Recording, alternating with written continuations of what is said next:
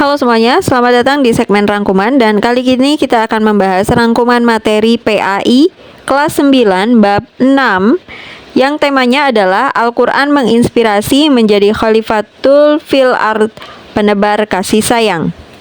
Pertama kita akan membahas Quran Surat Al-Baqarah ayat ke-30. Quran Surat Al-Baqarah ayat ke-30 berbunyi, A'udzubillahi minasyaitonirrajim. Bismillahirrahmanirrahim. Wa idz qala rabbuka lil malaikati inni ja'ilun fil ardi khalifah. Qalu ataj'alu fiha may yufsidu fiha wa yasfikud dima. Wa nahnu nusabbihu bihamdika wa nuqaddisu lak. Qala inni a'lamu ma la ta'lamun. Artinya, ingatlah ketika Tuhanmu berfirman kepada para malaikat, sesungguhnya aku hendak menjadikan seorang khalifah di muka bumi. Mereka berkata, mengapa engkau hendak menjadikan khalifah di bumi itu orang yang akan membuat kerusakan padanya dan menumpahkan darah, padahal kami senantiasa bertasbih dan memuji engkau dan mensucikan engkau. Tuhan berfirman, sesungguhnya aku mengetahui apa yang tidak kamu ketahui. Kandungan yang terdapat dalam Quran Surat Al-Baqarah ayat ke-30 bahwa Allah menurunkan manusia di muka bumi mempunyai maksud dan tujuan, yakni sebagai khalifatul fil ard atau pengganti Allah yang mempunyai peran dan tanggung jawab dari semua makhluk di muka bumi untuk mengelola semua ciptaan Allah yang ada, baik yang hidup ataupun yang mati.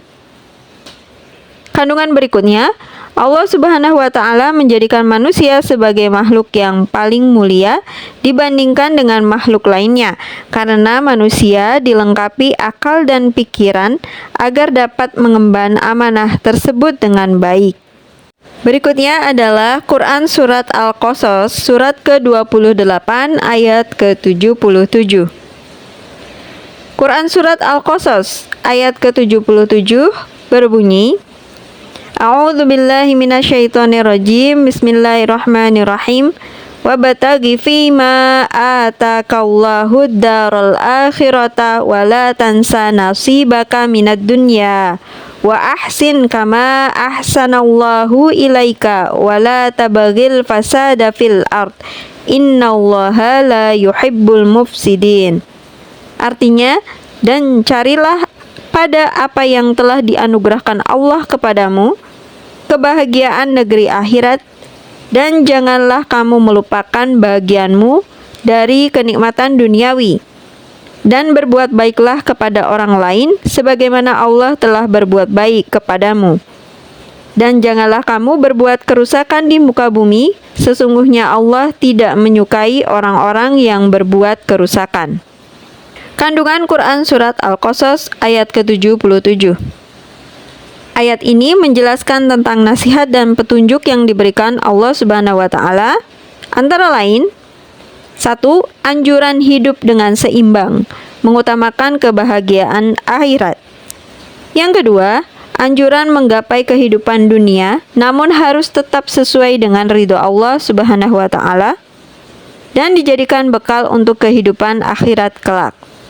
Yang ketiga, larangan serakah, sibuk mengejar kesenangan dunia dan lupa terhadap kehidupan akhirat yang lebih kekal. Yang keempat, anjuran memanfaatkan waktu dengan sebaik-baiknya dan mencari akhir yang baik atau husnul khotimah. Kandungan berikutnya, memberikan nasihat kepada kita agar berbuat baik pada orang lain, senantiasa menebarkan rahmatan lil alamin. Dan juga larangan untuk membuat kerusakan alam dan kehidupan ini. Hadis tentang khalifatul fil ardi. Hadis tentang khalifatul fil ard, penebar kasih sayang, terdapat dalam hadis riwayat At-Tirmizi dan Abu Daud yang berbunyi, Ar-rahimuna yarhamuhumur rahmanu irhamu man fil ardi yarhamkum man fis samau. Artinya, orang-orang yang penyayang itu akan disayang oleh Zat yang Maha Penyayang. Hendaklah kalian sayangi orang yang berada di bumi, maka kalian akan disayangi oleh zat yang ada di atas langit. Kandungan hadis ini adalah salah satu tugas dan fungsi manusia sebagai khalifah adalah memakmurkan kehidupan di muka bumi. Agar tugas tersebut dapat dilaksanakan, maka diperlukan sifat kasih sayang di antara makhluk yang ada di muka bumi. Rasulullah Shallallahu Alaihi Wasallam mengajarkan kepada umatnya, jika kita berharap Allah Subhanahu wa Ta'ala memberikan rahmat dan kasih sayang kepada kita, maka kita harus senantiasa memberikan kasih sayang kita kepada makhluk Allah yang ada di dunia ini. Selanjutnya, kita akan membahas memahami hukum bacaan mad. Pengertian mad. Menurut bahasa, mad artinya panjang, sedangkan menurut istilah, mad artinya memanjangkan bunyi huruf hijaiyah karena adanya pertemuan antara huruf hijaiyah yang berharokat fathah dengan alif mati atau sukun, huruf berharokat dhammah dengan wawu sukun, dan huruf berharokat kasroh dengan ya sukun. Mad dibagi menjadi dua, yaitu mad tabi'i dan mad far'i. Mad tabi'i adalah huruf hijaiyah yang dipanjangkan dua harokat. Mad tabi'i disebut juga mad asli. Apabila alif sukun jatuh setelah fathah, wawu sukun jatuh setelah dhammah, ya sukun jatuh setelah kasroh, maka hukum bacaannya adalah mad tabi'i. Kemudian mad far'i. Mad far'i adalah mad tabi'i yang mendapat tambahan atau perubahan. Mad far'i merupakan cabang-cabang dari mad tabi'i.